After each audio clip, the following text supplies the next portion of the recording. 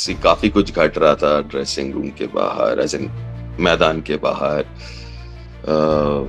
वो भी जो मैच रेफरी वगैरह हम लोगों को बैन किया, फाइन किया, ये वो। तो फिर दूसरे टेस्ट मैच के पहले सौरभ ने कहा कि आप ओपन करोगे। मैंने कहा कहीं पे भी खेलूंगा, मुझे क्या है। सबसे महत्वपूर्ण अगर कोई एस्पेक्ट है इस खेल का तो वो पिच है। और ये मैं पहले भी कह चुका हूँ कि ये इतने बड़े प्लेयर है ना, हम्म। इनके क्रिकेट को लेके तो क्वेश्चन नहीं होगा और होना भी नहीं चाहिए। आई हम्म। थिंक ये लोग, कोई ऐसे ऐसे 32 ओडीआई में सेंचुरीज नहीं होते यार। हम्म। किसी के 81 इंटरनेशनल हंड्रेड्स नहीं होते। सी बोलने के लिए कुछ खास है नहीं वैसे, बट या आई मीन ऑब्वियसली वो चीजें जो कमरे के अंदर कही गई हो बीच में, वो डेफिनेटली मैं शेयर नहीं करना चाहूंगा किसी के साथ।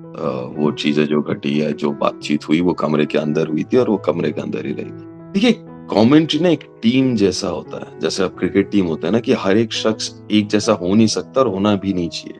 तो जी। कोई ओपनर है, तो कोई मिडिल ऑर्डर है, कोई स्पिन डालता है, कोई फास्ट बॉलिंग डालता है। वैसे कमेंट्री टीम भी आप देखेंगे तो सब अलग अलग चीजें जो हैं वो उसमें वो लेके आते हैं। कि कोई लैंग्वेज हो, कोई इंसाइट हो, और सबका जो देखने का नजरिया होता है खेल को, वो भी काफी अलग अलग होता है। क्योंकि हम्म। इस वक्त अगर आप देखें तो वाइट बॉल में आपके पास विकल्प फिर भी हैं। ये नहीं कह रहा कि बुमराह के कोई रिप्लेसमेंट है, लेकिन फिर भी आप शमी है, अर्शदीप है, हर्षित ने अच्छी गेंदबाजी की है। जरूरत पड़े तो सिराज बाहर बैठे हुए हैं, सिराज नहीं है, सिराज आ सकते हैं। तो अगर आप मुझसे पूछे कि यार सीटी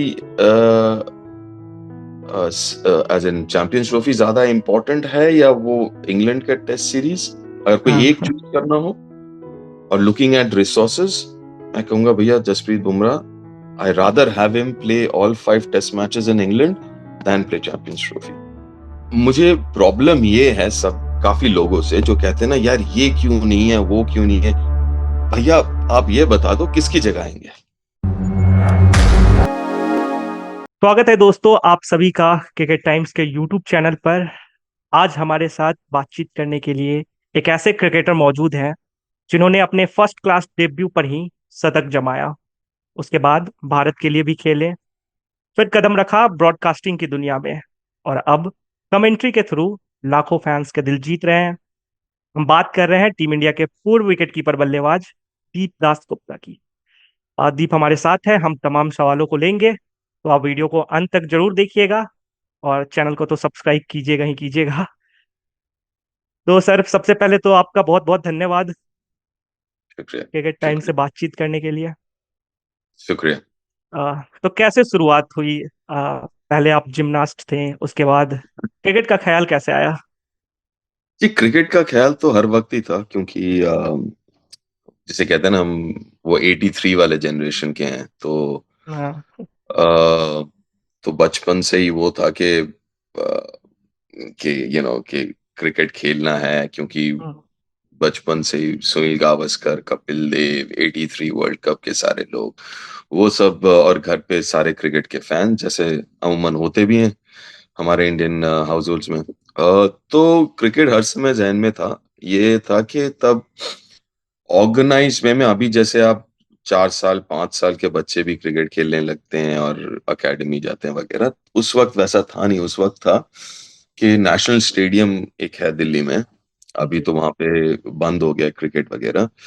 तो पहले वहां पे वो एनआईएस, जो नेशनल ये है, एनआईएस के अंडर में वहां पे सारे एकेडमीज थे हर एक स्पोर्ट के।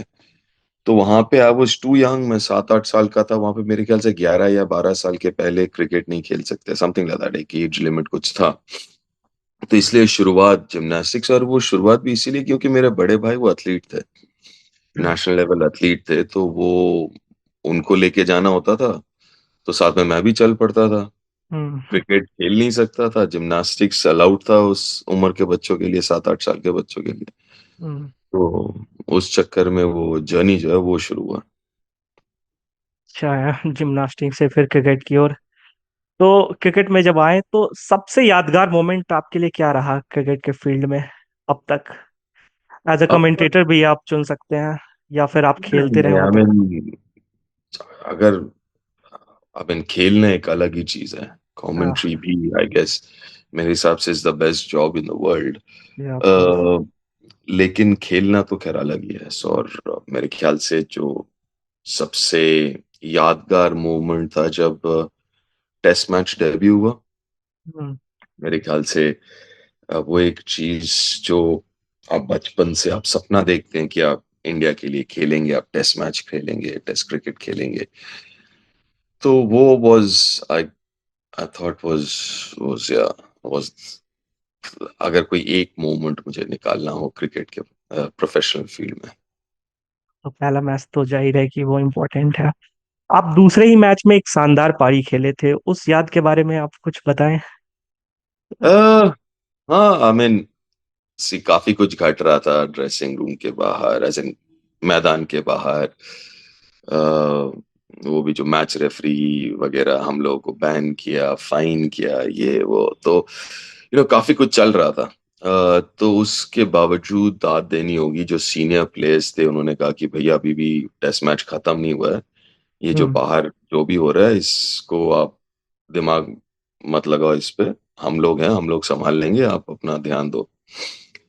तो बस वही। और फिर ऊपर से उसके पहले जो था कि पहला टेस्ट मैच में 7 नंबर पे मैंने बैट किया था।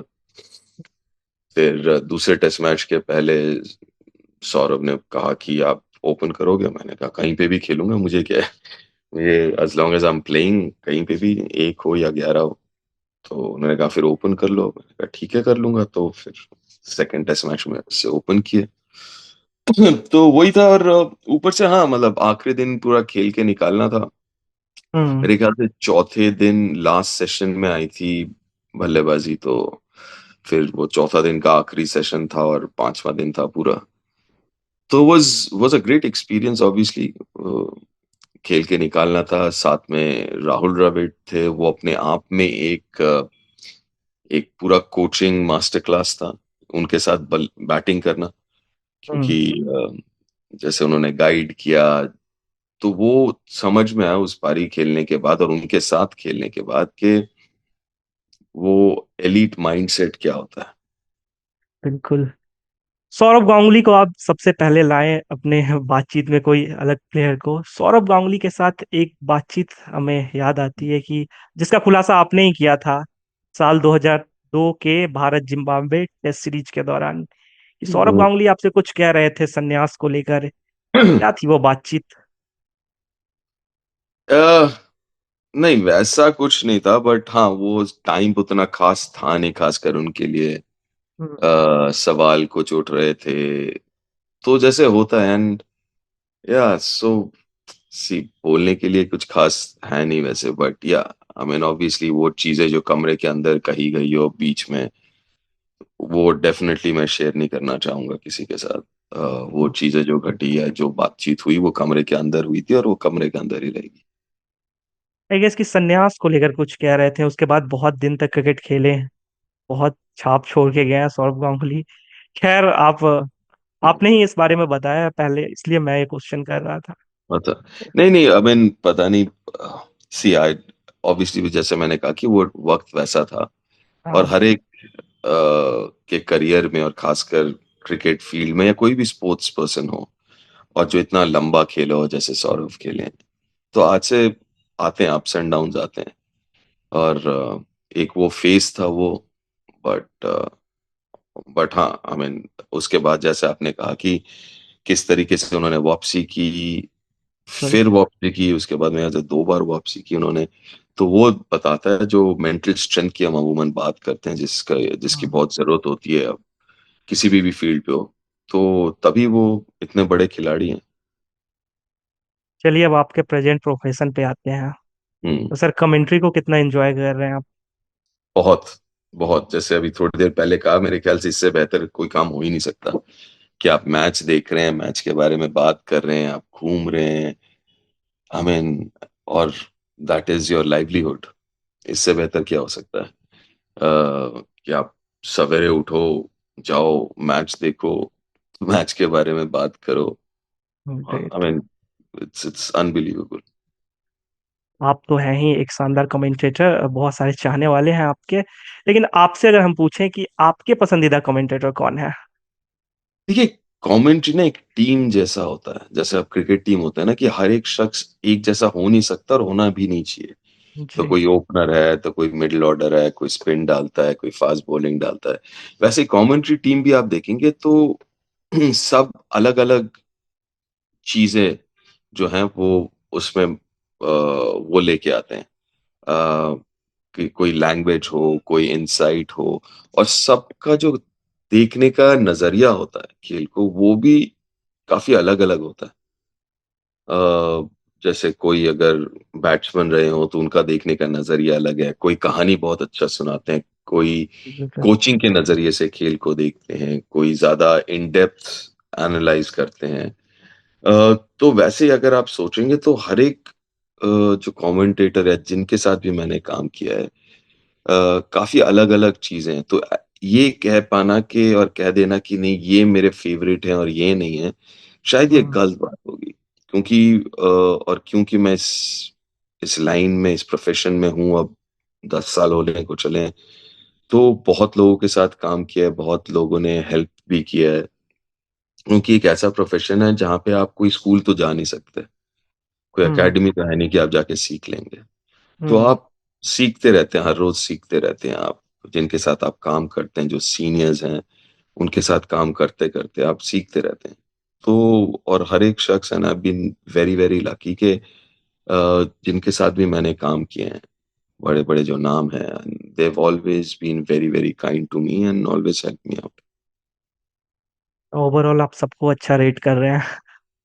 सबको ही है, इसमें कोई दो राय नहीं क्योंकि जैसे मैंने कहा कि सब अलग-अलग चीज़ें आप किसी का भी आप नाम बताएँ, मैं बताता हूँ कि वो क्या करते हैं। फॉर एग्ज़ाम्पल अगर आप अ, सनी सर को ले लें, हाँ।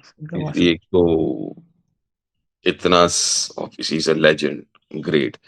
हम्म। क्रिकेट के बारे में तो बोलते हैं लेकिन उनक बड़ा मज़ा आता है जब वो स्टोरीज़ के बारे में बोलते हैं क्योंकि मुझे वो हम्म। हिस्ट्री भी पसंद है। वो 70s 60s तब कैसे होता था क्रिकेट और बहुत अच्छी हाँ। तरीके से वो बताते भी हैं। हाँ। ऑब्वियसली और छोटे-छोटे इनसाइट्स एज़ अ क्रिकेटर कि यार यू नो कि क्या सोच रहा होगा कोई बड़ा क्रिकेटर अ, उस हम्म। वक़्त।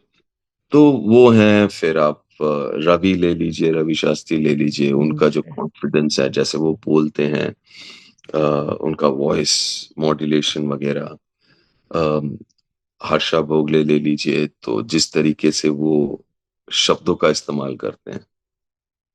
बिल्कुल। वैसे ही आपको आई मीन ऐसे काफ़ी हैं। हाँ। आपको मतलब हम लोग या फैंस बहुत टाइम तक पिच रिपोर्ट देते देखे हैं, मतलब आप पिच रिपोर्ट देते हुए बहुत बार देखे गए हैं। तो हाँ। सर आप लोग पिच को रीड कैसे करते हैं, कैसे पता करते हैं कि पहले अ, बैटिंग करनी या बॉलिंग? देखिए एक सबसे महत्वपूर्ण अगर कोई एस्पेक्ट है इस खेल का तो वो पिच हाँ। है ना? क्योंकि ओ, पिच के ऊपर सब कुछ निर्भर करता है। आपका बिल्कुल। गेम प्लान क्या होगा, आपका टीम क्या होने वाला है, कॉम्बिनेशन क्या होने वाला है, किस तरीके से आप खेलेंगे पहले बैटिंग बाद में बैटिंग वो सब। अ, और मेरा ये मानना है कि वो एक ऐसा सब्जेक्ट है जो कि उतना ज़्यादा ध्यान नहीं दिया जाता उसके ऊपर। बिल्कुल। क्या यार वो हाँ। पिच तो है जाके खेल ही लेते हैं। तो मेरा हर समय से एज़ इन बचपन से थोड़ा-सा वो थोड़ा वो अट्रैक्शन सा था कि समझें ज़रा कि ये पिच है क्या? क्योंकि ये साइंस है कि मिट्टी कॉम्बिनेशन कितना क्ले, कितना सैंड, कितना ये तो वो सब अ, तो वो इंटरेस्ट है मेरा और कोशिश करता हूँ कि ठीक से पढ़ पाऊँ। काफ़ी डिफरेंसेस हैं अब मतलब ये अपने आप में इतना बड़ा सब्जेक्ट है कि ये 10-15 मिनट में तो मतलब छू भी नहीं पाएँगे उसको। बट ये है कि इंटरेस्ट है, तो जिसके चलते जब भी मैं जाता हूँ, किसी भी मैदान में जाता हूँ, अगर पिच रिपोर्ट कर रहा हूँ या नहीं कर रहा हूँ, मैं जाके क्यूरेटर से ज़रूर बात करता हूँ।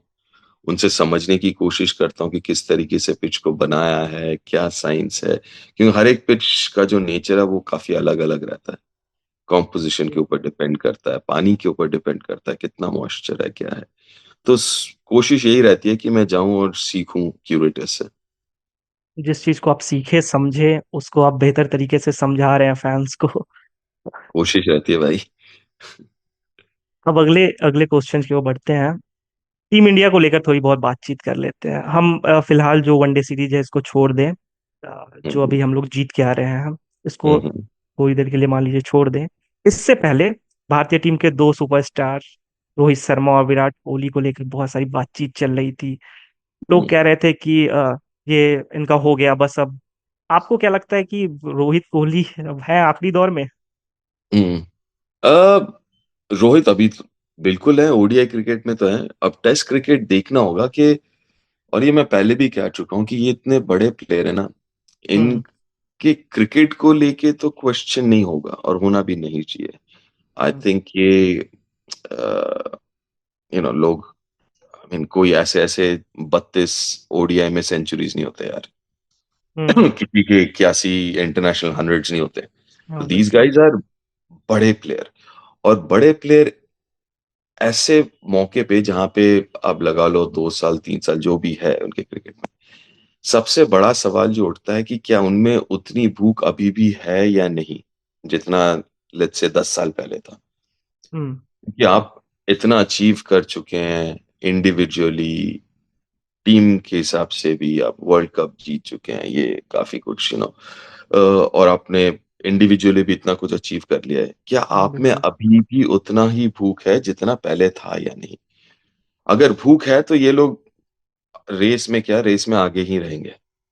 लेकिन सवाल ये, और ये जो भूख वाला जो सवाल है ना, ये ना आप इस सवाल का जवाब दे सकते हैं ना मैं, ये हम्म। वो दोनों ही दे सकते हैं कि तो आप अभी क्या फाइन। वो सैक्रिफाइसेस आप करेंगे अभी भी, क्या अभी भी आप वो सवेरे उठ के ट्रेनिंग करेंगे, 2 घंटा ट्रेनिंग, 2 घंटा 3 घंटा प्रैक्टिस?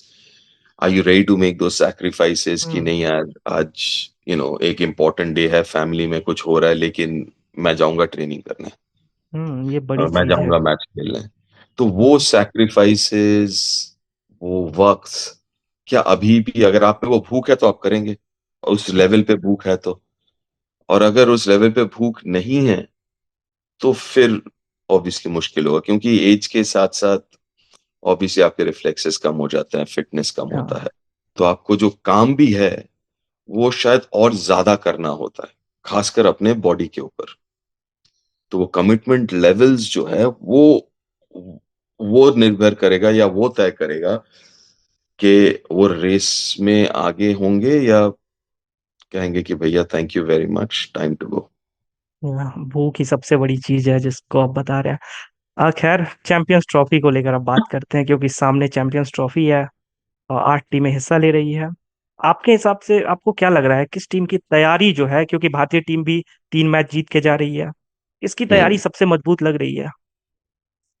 देखिए तैयारी में पीछे अभी जो ट्राई सीरीज चल रहा है पाकिस्तान में, साउथ अफ्रीका न्यूजीलैंड और पाकिस्तान के बीच, वो भी मैं देख रहा था। हम्म। और इसलिए खास करके देख रहा था क्योंकि पाकिस्तान न्यूजीलैंड दोनों इंडिया के पूल में है, और दोनों बहुत जबरदस्त क्रिकेट खेल रहे हैं, खासकर न्यूजीलैंड। न्यूजीलैंड का वो मैं लाइनअप देखता हूँ, बैटिंग का, बॉलिंग चलिए थोड़ा सा वो ट्रांजिशन फेज है, अब टिम साउदी नहीं है, ट्रेंट बोल्ट नहीं है, नए कुछ गेंदबाज आए हैं। लेकिन उनकी जो बैटिंग का जो वो लाइनअप है, दैट लुक्स गुड। और चैंपियंस ट्रॉफी की ये खास बात है ना कि टॉप 8 टीम्स हैं। तो आपके पहले 3 मैचेस जो आपके ग्रुप फेज में भी है, 3 ऐसे मैचेस हैं जो कि टॉप मैचेस। चलिए हम्म। मैं बांग्लादेश को थोड़ा सा कहता हूँ कि मे बी इट्स नॉट उस टॉप ब्रैकेट की टीम नहीं है, लेकिन न्यूजीलैंड और पाकिस्तान लुकिंग गुड। तो हर एक मैच जो है ये नॉकआउट मैच है, आप उस हिसाब से चलें, एक भी बिल्कुल एक मैच तरीके से। थोड़ी सी भी ऊपर नीचे हो जाए तो आप बाहर हैं। तो इसलिए ये कह देना कि यार, और खराब दिन या अच्छा दिन, किसी का भी बहुत अच्छा दिन हो सकता है, किसी का खराब दिन भी आ सकता है। हो हम्म। सकता है कि उस दिन नहीं चले, या हम्म। कंडीशंस वैसे नहीं है और वॉट। तो इसलिए मुझे लगता है कि ये बहुत ही मुश्किल टूर्नामेंट है, और इसको जीतना एक बहुत बड़ा अचीवमेंट है चैंपियंस ट्रॉफी को। और वहीं पे पहले तो जीतना तो हम बाद में रखते हैं, लेकिन मेरे ख्याल से 23 तारीख और 2 तारीख पाकिस्तान और न्यूजीलैंड दोनों मैचेस मुश्किल होने वाले, इसमें कोई दो राय नहीं। टूर्नामेंट से पहले टीमों के लिए सबसे बड़ा मतलब ये है कि बहुत सारे झटके लग रहे हैं। मतलब ऑस्ट्रेलियाई टीम को देखें आप, तो हम्म। 5 खिलाड़ी लगभग बाहर हो गए हैं। जी। भारतीय टीम के लिए जसप्रीत बुमराह बाहर हो गए हैं। कैसे जी। देखते हैं मतलब टूर्नामेंट से पहले इन बड़े खिलाड़ी का बाहर जाना कितना बड़ा झटका है आपके हिसाब से? देखिए, और ये सब टीम्स के साथ ही हो रहा है। हम्म। अब ऑस्ट्रेलिया आपने जैसे कहा, फिर आप अगर साउथ अफ्रीका देख लें तो उनके दो तेज गेंदबाज जो हैं मेन, कोचे और नोकिया, वो दोनों बाहर हैं। अफगानिस्तान के पाकिस्तान भी के एक। लिए अफगानिस्तान के जो स्पिनर हम्म। है वो बाहर हैं। हारिस रऊफ बाहर है पाकिस्तान के, और सईम अयूब बाहर हैं। भारत के लिए ऑब्वियसली जसप्रीत बुमराह बाहर है। अब ये तो चलता रहेगा, अनफॉर्चुनेट है, ऑब्वियसली अनफॉर्चुनेट है, क्योंकि इतना बड़ा टूर्नामेंट, इतना मार्की टूर्नामेंट, आप चाहते हैं कि हर एक टीम जो हो अपना बेस्ट पॉसिबल 11 के साथ आए। लेकिन अब है, अब इतना क्रिकेट है, और जिसके चलते इंजरीज वगैरह भी इतने सारे हैं, तो वो ये तो अब ये ना, ये क्रिकेटिंग वर्ल्ड का जो, या क्रिकेटिंग लाइफ का एक पार्ट हो गया कि भैया इंजरीज होंगी, और हम्म। आप बहुत रेयरली आप बेस्ट 11 के साथ उतरेंगे। किसी ना किसी का होगा कभी वो इंजरी, वर्कलोड मैनेजमेंट, ये वो करके। जसप्रीत बुमराह को लेकर रिपोर्ट आ रही थी कि बुमराह फिट भी हैं एक तरीके से, फिर भी हम रिस्क नहीं लेना चाहते हैं। तो हम्म। ये आपको लगता है कि क्या अगर थोड़े बहुत भी फिट हों तो बुमराह को रखना चाहिए चैंपियंस ट्रॉफी जैसे बड़े टूर्नामेंट में? देखिए, अब अगर हो तो बिल्कुल होना चाहिए, अगर हम्म। बट मुश्किल ये है ना कि आप, ओके, आपका पूरा कैलेंडर आप अगर देखो तो आपके इम्पोर्टेंट क्या क्या है। चैंपियंस ट्रॉफी बहुत इंपॉर्टेंट है। हम्म। इसके बाद इंग्लैंड का वो एक सीरीज है 5 टेस्ट वाला। हम्म। और आप ये भी सोचें कि बुमराह की इंजरी क्या है, बैक इंजरी, जिससे वो अभी निकल के आए बाहर, जी। उसी जगह पे है, उसी इलाके में है।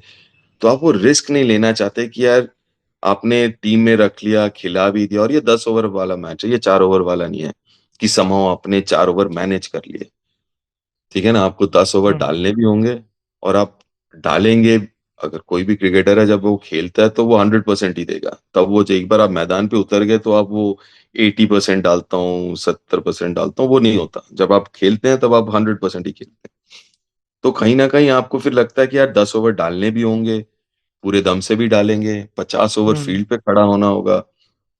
तो क्या आप, वो सिचुएशन आ सकता है where you might lose him for long term. तो ये रिस्क कहीं ना, नहीं लेना चाहेगी टीम। हाँ, तो आप वो रिस्क नहीं लेना चाहेंगे।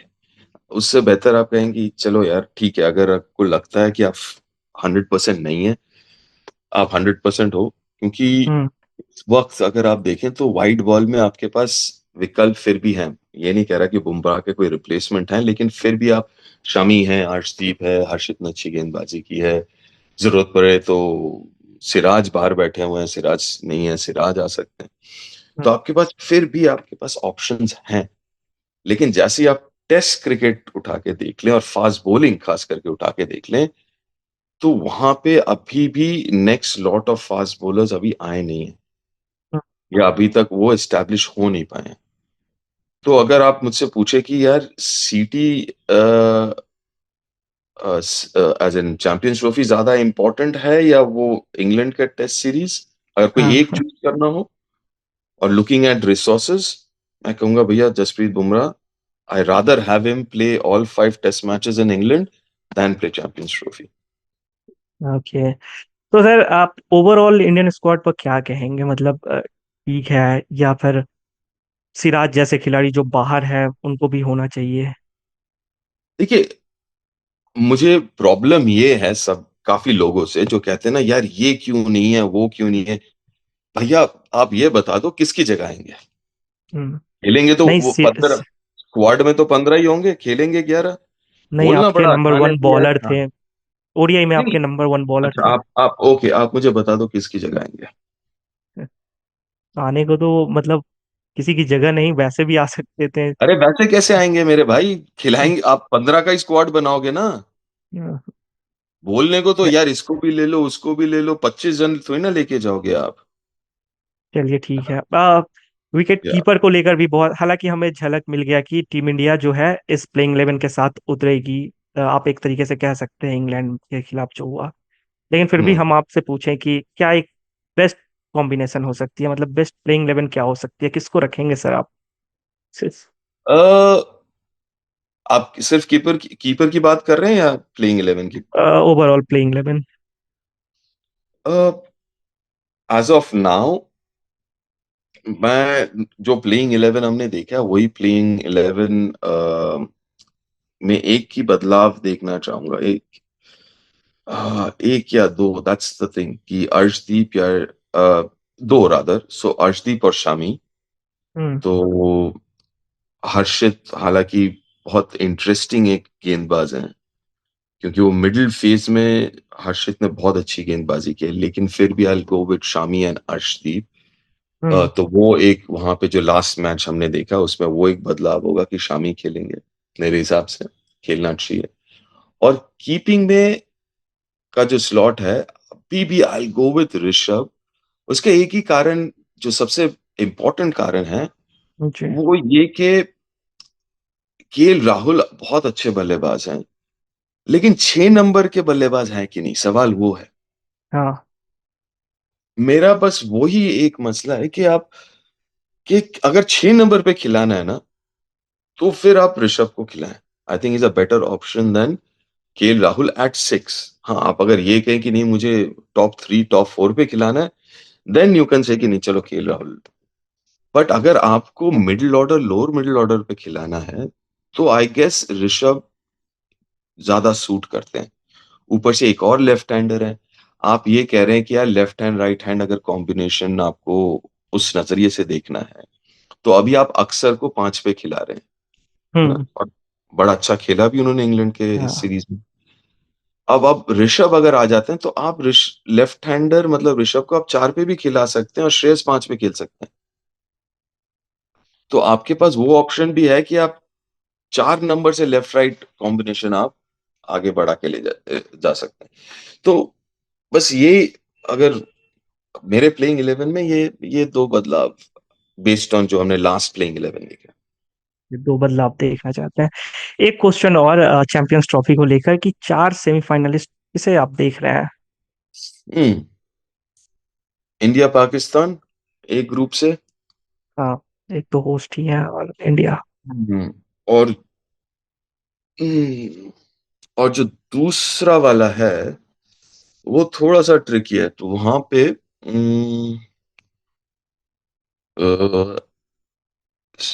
ऑस्ट्रेलिया, इंग्लैंड, साउथ अफ्रीका भी अच्छा है, but I don't know. I go with I go with south Africa और ऑस्ट्रेलिया। ओके। ओके। और ठीक है, अब हम एक दूसरे चरण की ओर बढ़ते हैं। इसमें रैपिड फायर क्वेश्चन है। कुछ क्वेश्चन हम आपसे पूछेंगे, आप उसके फटाफट आंसर दे दें। चलिए। सबसे पहला क्वेश्चन ये है कि आपके लिए सबसे मुश्किल क्या है, मतलब विकेट कीपिंग, कैप्टेंसी, या फिर बैटिंग? अ, देखिए, मुश्किल मेरे लिए तो सभी कुछ मुश्किल था, लेकिन आई मीन सबके अपने अपने चैलेंजेस होते हैं। कीपिंग के हम्म। अपने चैलेंजेस, बैटिंग के अपने चैलेंजेस, कैप्टेंसी के अपने चैलेंजेस। बट हाँ, अगर कैप्टेंसी को भी आप जोड़ देते हैं, तो वो ऑब्वियसली ज्यादा चैलेंजिंग इसलिए है क्योंकि आप ऑब्वियसली बैटिंग या कीपिंग या बॉलिंग जो भी करते हैं वो तो आपका है ही, साथ में ऊपर से आप कप्तानी भी करते हैं, उसका अलग है। सो हाँ, I mean hmm. Even though I thoroughly enjoyed captaincy, ये बहुत एंजॉय किया जब भी मैंने कप्तानी की है। बट या it has its own challenges. Okay, all right. सबसे पसंदीदा क्रिकेट मैदान कौन सा है? Eden gardens. Eden garden. Toughest bowler जिसके खिलाफ आप खेले हो, या फिर आप कमेंट्री के दौरान भी बैठ के देखे हो, कोई मॉडर्न डे का भी हो तो चलेगा? Favourite bowler? या टफेस्ट बॉलर एक तरीके से, मतलब आप अगर उसको खेलते तो मुश्किल होता है, या आप जिसको खेले हैं अरे और हाँ। मुश्किल? वैसे तो हमें फिलहाल अगर अभी की हम बात करें तो Jasprit Bumrah, I mean okay. Unbelievable. मैं पीछे जाना नहीं चाहता ऐसे, तो फिर वो डिस्कशन बहुत लंबा हो जाएगा फिर, यू नो।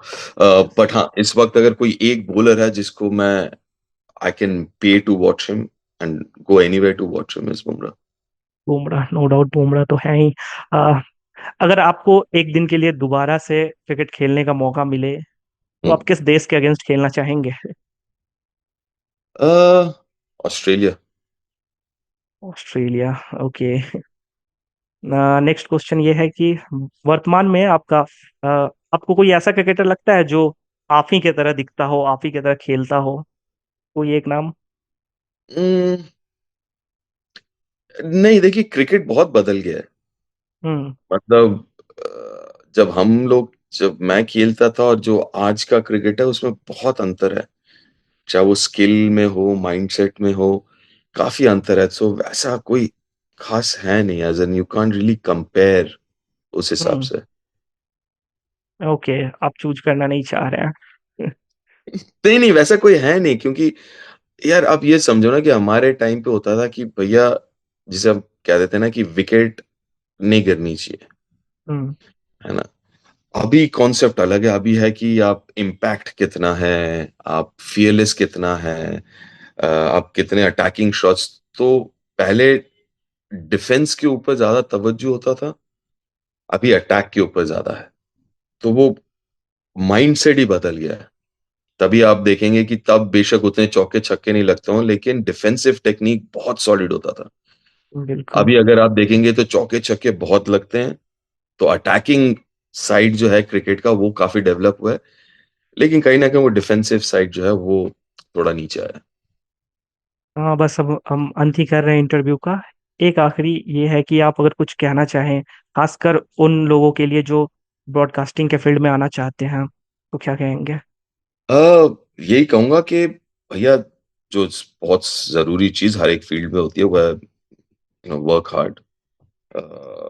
आप हार्ड वर्क से बेटर मतलब कोई बेटर क्या, कोई ऑप्शन ही नहीं है उसके अलावा वो। और क्रिकेट देखते रहें, क्रिकेट के बारे में बातें करते रहें, पढ़ें, हम्म। थोड़ा हिस्ट्री भी पढ़ें, क्योंकि लोगों को ये होता है कि सिर्फ आज आज का ध्यान में रहता है कि आज और कल क्या हुआ, एक हफ्ते एक पहले जो हुआ वो भूल जाते हैं, है ना? तो वो हम्म। चीज ना हो तो बेहतर है, थोड़ा सा हिस्ट्री भी पढ़ें, थोड़ा सा पहले क्या होता था अभी क्या होता है, तो उससे क्या है कि एक जो आपकी समझ है वो वो गहराई जो है वो बढ़ता है उससे थोड़ा सा। सिर्फ आप अगर आज ही आज का देखेंगे तो शायद आप वो कंपैरिजन नहीं कर पाए या व्हाटएवर। तो हाँ, जितना हो सके पढ़ें, देखें, बात करें क्रिकेट के बारे में। थोड़ा नंबर्स आजकल बड़ा है कि नंबर्स लोग बात बात पे नंबर्स पे घुस जाते हैं कि यार इसका एवरेज है। हम्म। नंबर्स के जो भीतर स्टैट्स। की जो, हाँ, जो स्टैट्स के भीतर की जो कहानी है ना वो समझने की कोशिश करें। हाँ, जैसे अगर ये प्याज प्याज जैसा है कि ऊपर से तो प्याज दिखता है, लेकिन जब आप एक एक लेयर उतारते हैं ना तो हाँ, वो हाँ। अंदर वाली जो चीज है उसको समझने की कोशिश करें, सिर्फ वो एवरेज स्ट्राइक रेट पे, सिर्फ नंबर्स पे ना ध्यान दें। सर, इस आंसर से हम एक और क्वेश्चन बढ़ा देते हैं। सेम चीज अगर क्रिकेट फील्ड में आना हो किसी को, तो उसके लिए क्या चीज अप्लाई होती है एज अ सेम क्रिकेटर चीजें, के वजह? सेम चीजें, ऑब्वियसली हार्ड वर्क, ऊपर से वो भूख, मेहनत, और कहीं ना कहीं एक अच्छे कोच की जरूरत है, क्योंकि ये एक जो जो टेक्निकल चीज है, जो वो सीखना जरूरी है। और एक और बहुत महत्वपूर्ण चीज, अगर आप क्रिकेट खेलने के बारे में बात करते हैं कि भैया, जैसे स्कूल में होता है ना, क्लास 1 2 3, फिर आप टेंथ बिल्कुल। देते हैं, फिर 12वीं बोर्ड देते हैं, फिर कॉलेज जाते हैं। तो क्रिकेट में भी ना वो पहले धीरे धीरे अगर आप फाउंडेशन अगर आप सॉलिड रखें तो बेहतर है, क्योंकि ऑब्वियसली आप चाहते हैं कि जितना लंबा हो सके छक्का मारूं मैं, है ना? हम्म। लेकिन वो क्या है कि वो फिर वो यूनिवर्सिटी वाली पढ़ाई है। आप जरूर सूर्य जैसे बल्लेबाजी करना चाहेंगे कि यार मैंने ऐसे फ्लिक मारा, रैंप मारा, लेकिन उसका भी एक स्टेज है। तो अगर आप क्लास 6 में हैं तो आप यूनिवर्सिटी की पढ़ाई की तरफ ध्यान ना दें, पहले अपना वो 6 7 8 धीरे धीरे करके आप पहुंचेंगे, लेकिन ये। हाँ, थोड़ा वक्त चाहिए, रातों रात कुछ नहीं होता। हाँ, मतलब सीढ़ी चढ़ना होगा आपको धीरे धीरे। तो thank you so much sir, बहुत बहुत धन्यवाद आपका। वैसा। तो कुल मिलाकर दोस्तों, हमारे साथ थे टीम इंडिया के पूर्व विकेट कीपर दीप दास गुप्ता। हम आपके लिए और इंटरेस्टिंग वीडियोस लेकर आते रहेंगे। हमारे चैनल को सब्सक्राइब जरूर कीजिए। धन्यवाद।